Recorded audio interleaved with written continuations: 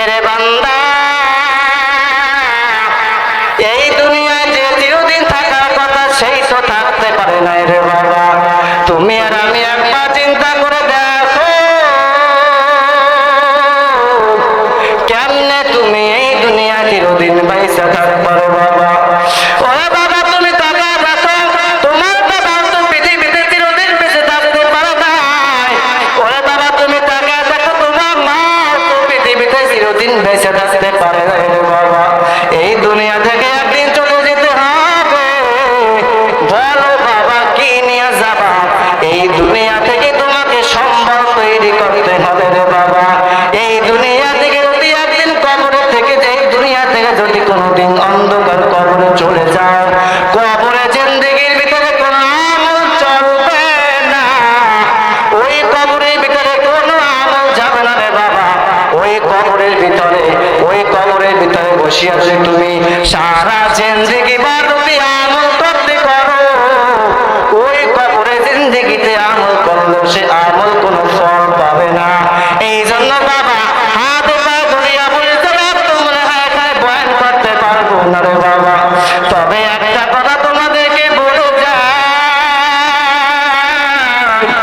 এই দুনিয়ায় কেউ চিরদিন থাকতে পারে না বাবা, কেউ তোমরাও পারবা না। এখন থেকে নিজেকে নিজে প্রশ্ন করো রে মন, এই দুনিয়ায় তো 50 বছর 30 বছর আমার নেই, আমি বাইসে থাকতাম রে বাবা। কি আমল তৈরি করলাম, কি নিয়ে কবরে যাব? এই দুনিয়া থেকে আমরা, আমার বাবা চলে গেছে,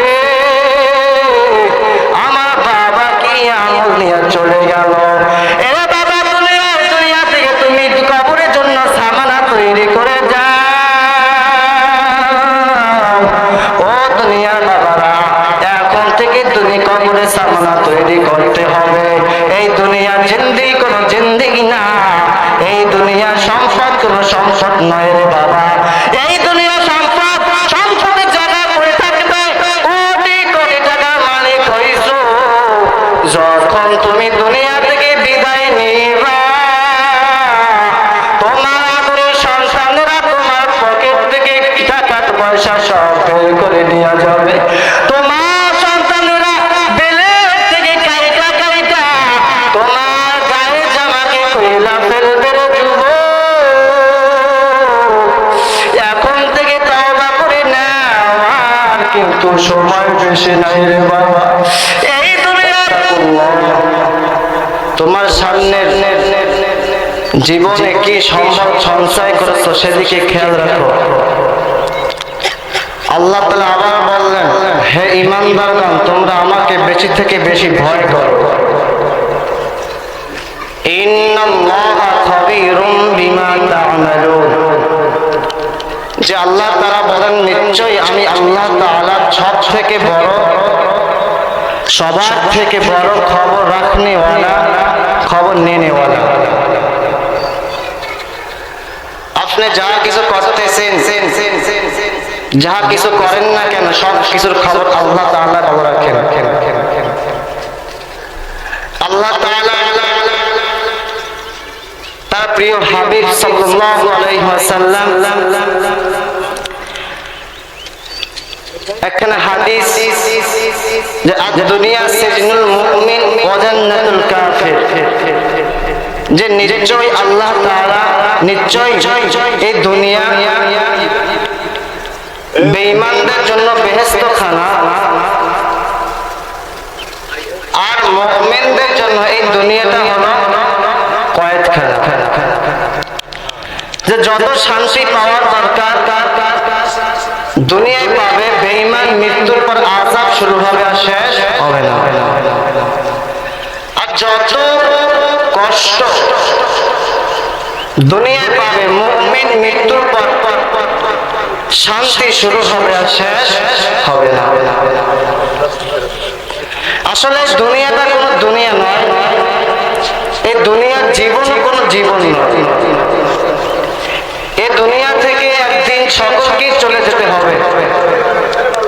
এই দুনিয়াতে বসে অনেকে অনেক কিছু স্বপ্ন দেখে, যে কেউ স্বপ্ন দেখে দুনিয়াতে বসে আমি এটা করবো সেটা করবো, যে কেউ স্বপ্ন করে, সে কেউ স্বপ্ন দেখে যে আমি দুনিয়াতে বৈশা বাড়ি করব, গাড়ি করব, আমি দুনিয়ায় বসিয়া বড় বড় গাড়ি করব, বড় বড় বাড়ি করব, চাকরি করব, ব্যবসা বাণিজ্য করব, জীবনের উন্নতি করব। দুনিয়ায় বসিয়া অনেকেই অনেক স্বপ্ন দেখি, কিন্তু এই মধ্য থেকে আল্লাহ পাকের একদিন ঢাক এসে যাবে আর দুনিয়া থেকে অন্ধকার কবরে চলে যেতে হবে। এই দুনিয়ার জিন্দেগি আসলে কোনো জিন্দেগি নয়, আর এই দুনিয়া আরাম কোনো আরাম নয়। এই দুনিয়ার জিন্দেগির জন্য, দুনিয়ায় বসবাস করার জন্য আমরা এত স্বপ্ন দেখি, অথচ আমাদের যে এমন একটা কাল আছে, যে কালে জান্নাত আছে, যেই জগতে জান্নাত আছে, যে জগতে জাহান্নাম আছে, ওই জগতের জন্য আমরা কি সম্বল তৈরি করলাম, ওই দিনের জন্য, ওই জগতের জন্য আমরা কি কি করেছি। আল্লাহ তাআলা আসমান বানিয়েছেন, জমিন বানিয়েছেন। আল্লাহ তাআলা বলেন, আমি আল্লাহ তাআলা আসমান বানাইলাম, জমিন বানাইলাম। বান্দা, আমি আল্লাহ তাআলা যা কিছু সৃষ্টি করেছি সব তোর অনুগত করবে। আর বান্দা, তোকে আমি আল্লাহ তাআলা সৃষ্টি করলাম কিসের জন্য, একবার চিন্তা করে দেখছো নি? আমি আল্লাহ তাআলা পাহাড় বানাইছি, আমি আল্লাহ তাআলা পাহাড় বানাইলাম বান্দা তো অনুগত করার জন্য। এরে বান্দা, আমি আল্লাহ তাআলা জঙ্গলের ভিতরে বাঘকে বানাইলাম তো অনুগত করার জন্য। এরে বান্দা, আমি গাছ বানাইছি তো অনুগত করার জন্য। আমি আল্লাহ তাআলা সব কিছু বানাইলাম তো অনুগত করার জন্য। ইল্লা আব্দুল্লাহ, শুধু বান্দা তোদেরকে ব্যতীত আমি আল্লাহ সব বানাইছি অনুগত করার জন্য। আর বান্দা, তুই কি একটা দিনও চিন্তা করে দেখছ আমি আল্লাহ তাআলা তোকে কেন বানাইলাম? আমি আল্লাহ তাআলা কেন তোকে বানাইছি? আমি আল্লাহ তাআলা পবিত্র কোরআনের ভিতরে বলে দিলাম, ওমা খালাকতুল জিন্না ওয়াল ইনসা ইল্লা লিয়াবুদুন।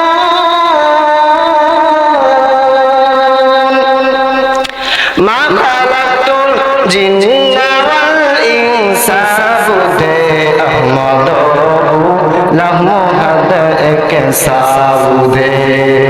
हकीकत से तो दुनिया बेखबर है, दुनिया की नुमाइश पर नज़र है।